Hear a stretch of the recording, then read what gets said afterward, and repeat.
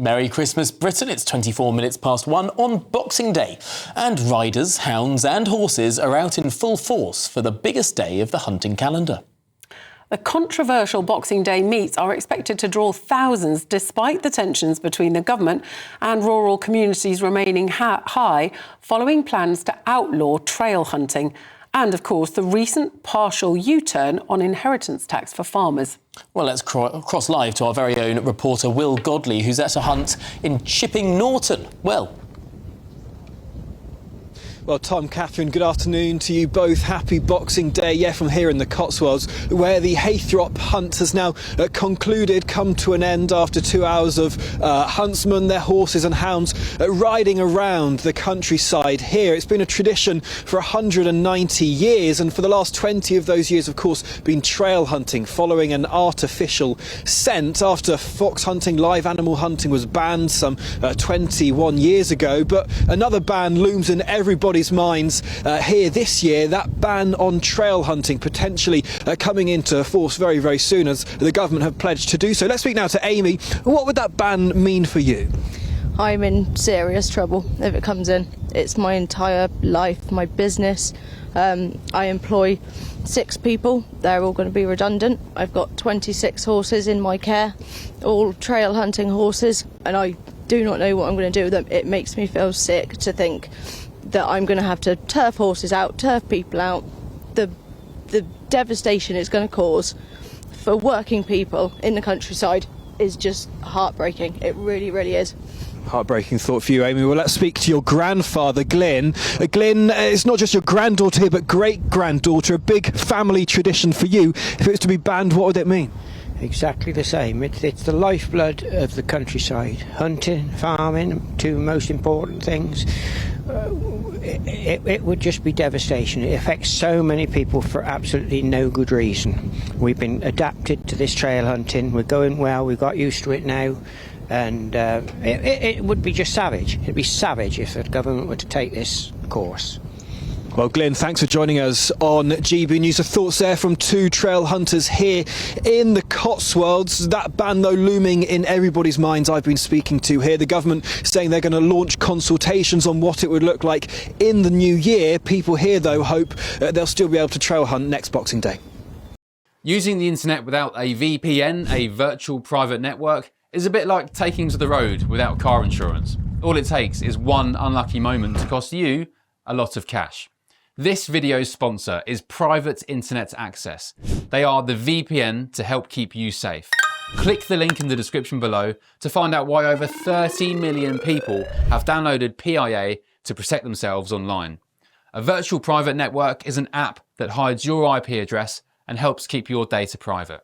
When you're browsing the internet at home, you give up a large amount of data to businesses, to shops, and indeed to social media giants too. Hackers have the ability to steal your personal data with ease, including sensitive information such as passwords, keystrokes, and even your personal photos. Private Internet Access helps protect your personal data by encrypting your internet connection to keep your data out of the hands of cyber criminals. And it's not just hackers either to be concerned about. Information can be censored too. When Canada passed their C18 bill, social media giants decided to ban news content on their platforms. But PIA can protect your ability to consume the news and content you love. Private Internet Access is available for Windows users, Mac OS, Android, Linux, iOS, and you can use one PIA subscription to protect an unlimited amount of devices. And we've got a huge GB News discount for you too. Click the link in this video's description and you'll get a massive 83% off PIA. That's under £2 a month, the price of a coffee, and you'll get an extra 4 months completely free on top. Also, there's a 30-day money-back guarantee too. Visit piavpn.com/GB News to start protecting yourself digitally today.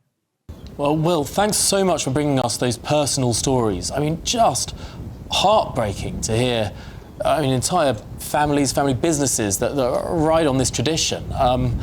We'll be catching up with you, of course, throughout the programme and throughout the day, but thank you very much for bringing us all of that live from Chipping Norton. Well, Joining us to debate whether Boxing Day hunts should be banned is the Countryside Alliance's Director of External Affairs, Mo Metcalf-Fisher, and Associate Communications Director at PETA, Jennifer White. Thank you very much for joining us this Boxing Day. I'm going to start first with you, Mo.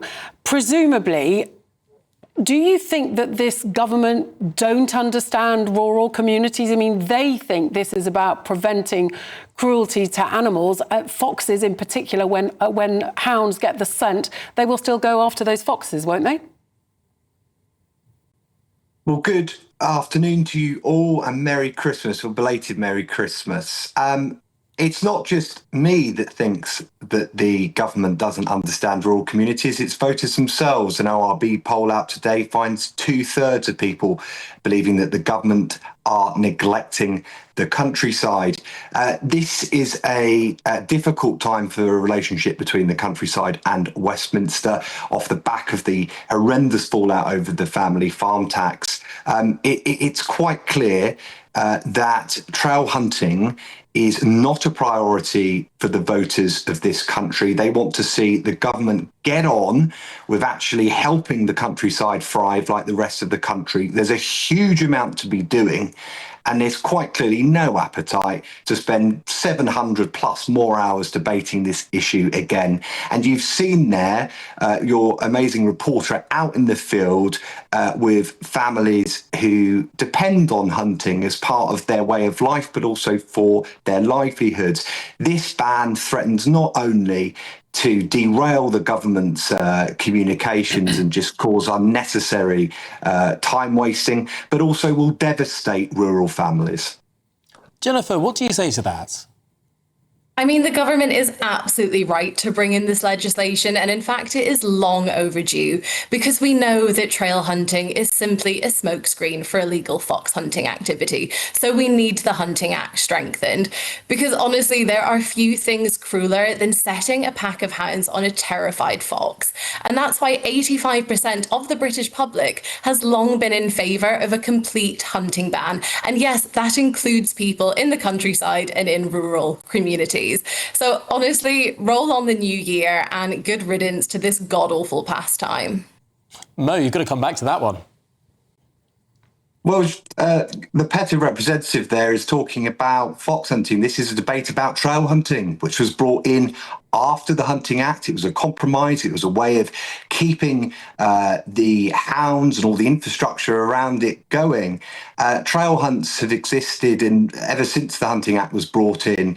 And, you know, the Hunting Act itself, Jennifer, actually works. Whether you agree with it or don't agree with it is irrelevant. The Hunting Act has secured prosecutions and convictions. Now, the vast bulk of those don't relate to the hunts that you're seeing on your screen. They are around poaching and gangs. But the Hunting Act itself actually worked. It's securing the convictions that I assume you and want to see. But look, this is not a priority for rural voters. You know, PETA, I'm afraid to say, are an organisation that have just fixated on the most bizarre things. It wasn't long ago they were on your show having a go at people for wanting to eat turkey at Christmas. And that's going to be very uncomfortable for all the people enjoying the cold cuts whilst watching this. You know, if Keir Starmer wants to side with organisations like PETA and ignore voters, 2/3 of whom think that the government have just got their priorities wrong and neglecting the countryside,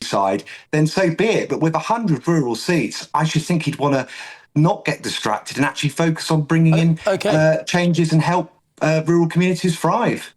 Jennifer, obviously some foxes get caught up in this, but is this really the biggest priority in the country in terms of animal welfare? Should we not perhaps be legislating to make non-stun slaughter for halal illegal? That meat, for halal should have to be stunned in this country. There's animals suffering terribly. Should that not be something that the government should be looking at rather than this, which presumably only affects a fairly small number of foxes?